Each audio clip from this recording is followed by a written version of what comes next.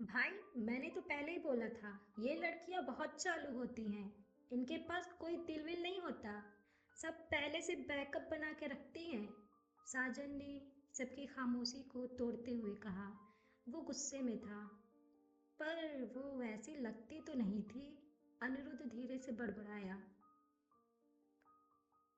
साले, किया तो उसने भी वही ना। सब एक जैसी होती हैं। साजन कुछ भी समझने को तैयार नहीं था। हम सीबीएच के रूम नंबर 333 में थे। अनिरुद्ध ने मेरे टूटे दिल की जानकारी हमारे ग्रुप को दे दी थी। आधी रात को संसद की आपातकालीन बैठक बुलाई गई। मैं कुछ बोलने की हालत में नहीं था। मेरे दिमाग में आंचल के वो शब्द गूंज रहे थे। पंकज उसका बॉयफ्रेंड। मेरा तो इन लड़कियों से विश्वास ही उठ गया। विशाल ने अपना मत दिया। हाँ और क्या, अब इसे ही देख लो। ये लड़का क्या नहीं किया उसके लिए, कहाँ नहीं ले गया। मूवी दिखाना, घुमाना, सीसीडी। विशाल ने साजन को याद दिलाते हुए कहा। देख लो, और बदले में क्या मिला? घंटा। साजन ने अपनी बात पूरी करते हुए कहा। विशाल साजन की बातों से गर्व महसूस करने लगा। साले, जरूरी तो नहीं कि इन सब के बाद वही करे जो तुम चाहो। सैंडी बीच में कूदा। सब सैंडी के इस बदलाव को देखकर हैरान थे। सैंडी सही था। विशाल ज्यादा डिमांडिंग होने लगा था, जो उसके ब्रेकअप का कारण बना। तो वो जो इतना खर्च करवाती थी, बात बार पर मुंह फुला लेती, साला फिर मनाने के आगे पीछे दौड़ो, खिलाओ पिलाओ। क्या वो सही है? उसे नहीं पता कि हम कमा नहीं रहे हैं? सैंडी से कहा। साला, लड़के प्यार करने का जिम्मा लेते हैं, उनका पेट भरने का नहीं। विशाल ने भड़कते हुए सैंडी से कहा। ये बात। साजन मुस्कुराया और साला, जेब में पैसे ना हो तो लड़की भाव भी नहीं देगी, उसने कहा। अबे यार, तुम लोग क्या बकवास कर रहे हो? जरूरी तो नहीं कि सभी लड़कियां एक जैसी ही हों। अब धीरे धीरे हमारा मुद्दा बदल रहा था। एक पल के लिए तो मैं भूल ही गया था कि मेरा दिल भी टूटा है। यार प्लीज, तुम लोग मुझे अकेला छोड़ दो, मैं चिल्लाया।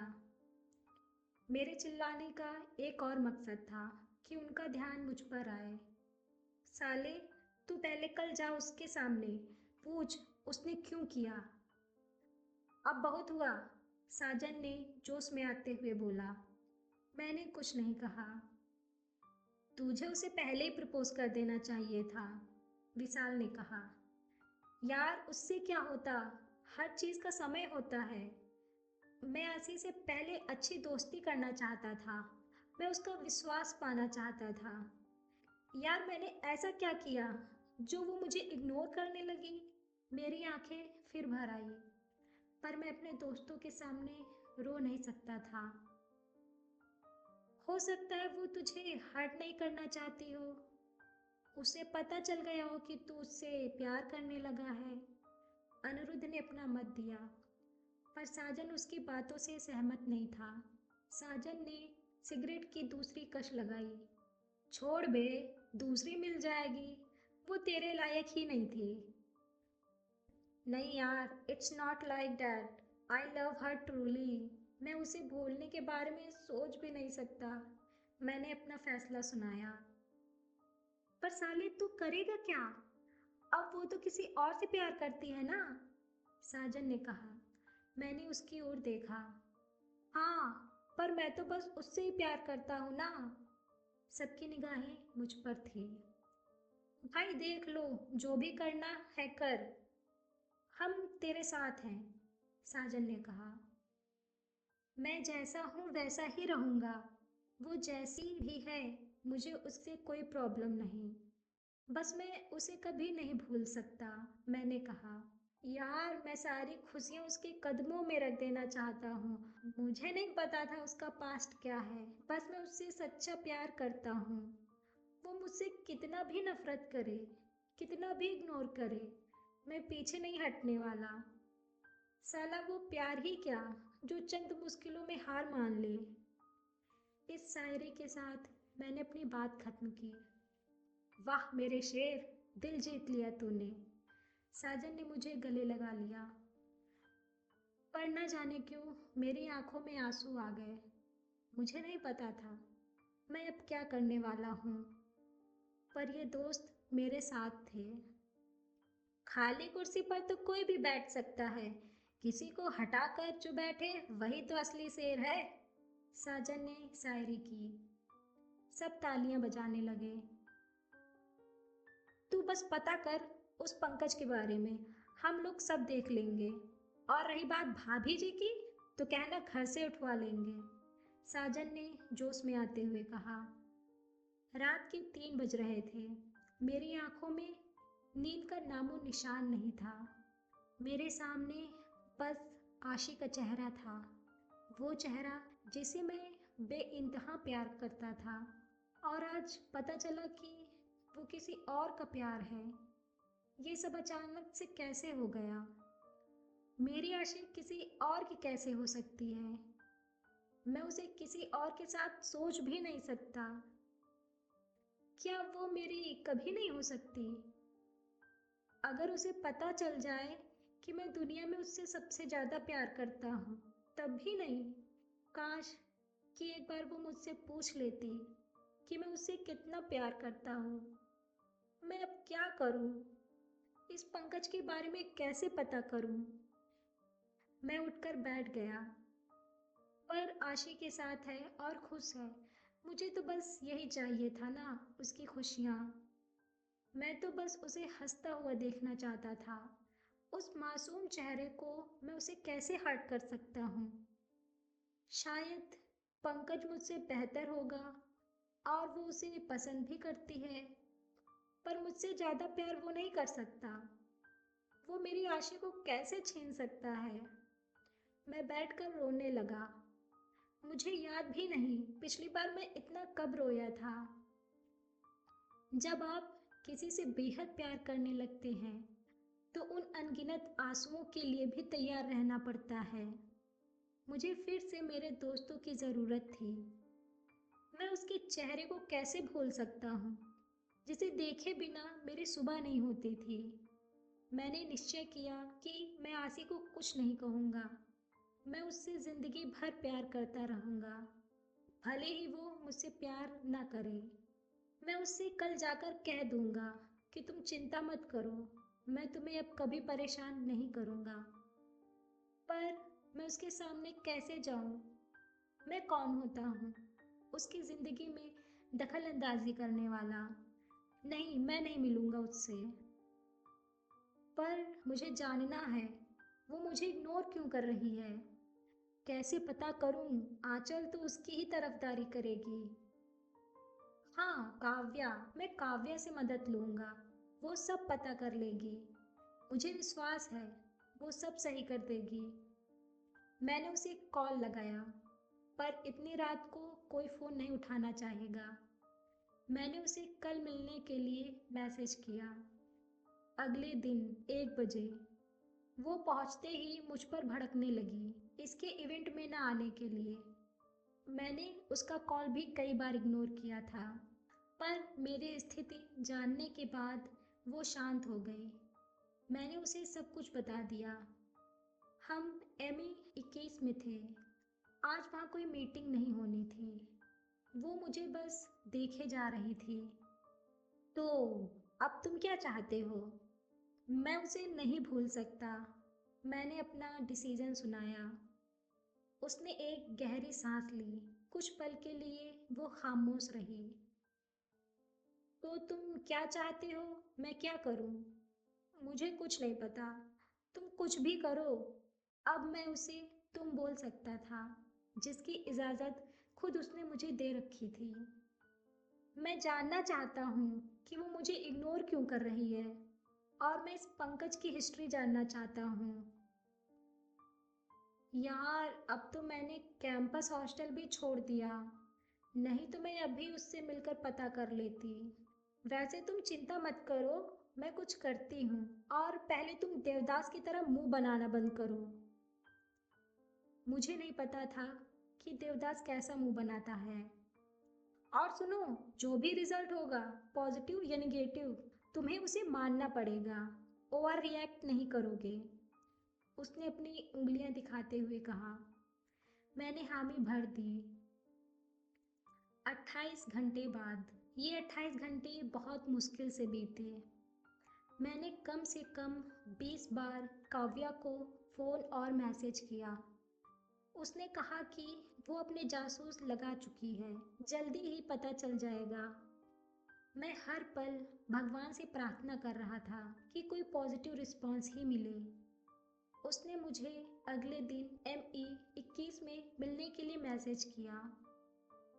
पॉजिटिव या निगेटिव? मैंने पूछा। उसने कोई उत्तर नहीं दिया।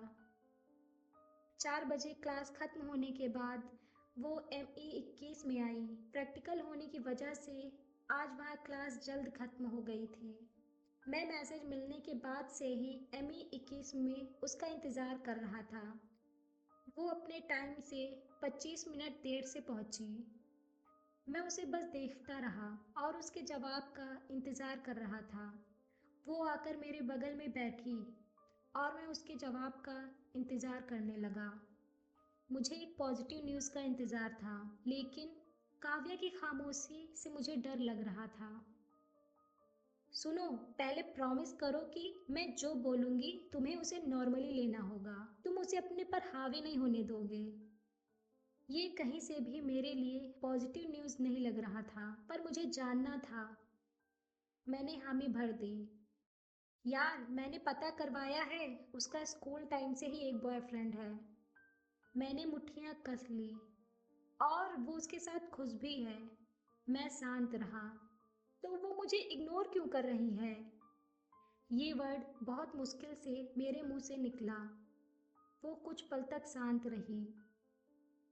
She said you are irritating. उसने कहा, तुम बहुत इरिटेटिंग हो। मैं फिर काव्या से नजरें नहीं मिला पाया।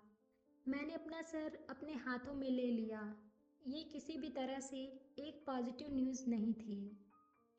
काव्या ने मेरे कंधे पर अपना हाथ रखा। यार, ये होता रहता है। ये तुझे पसंद नहीं करती, इसलिए उसने कहा होगा। तुम्हें इसे दिल पर नहीं लेना चाहिए।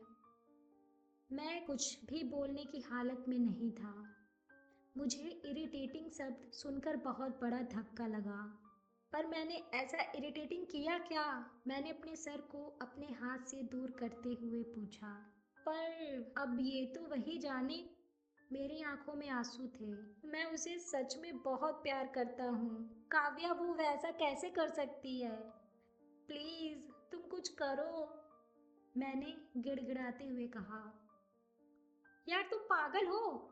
एक लड़की जो तुम्हें पसंद नहीं करती, तुमसे बात नहीं करना चाहती, तुम उसके लिए रो रहे हो? तुम्हारी कोई सेल्फ रिस्पेक्ट है कि नहीं? वो झल्लाते हुए बोली।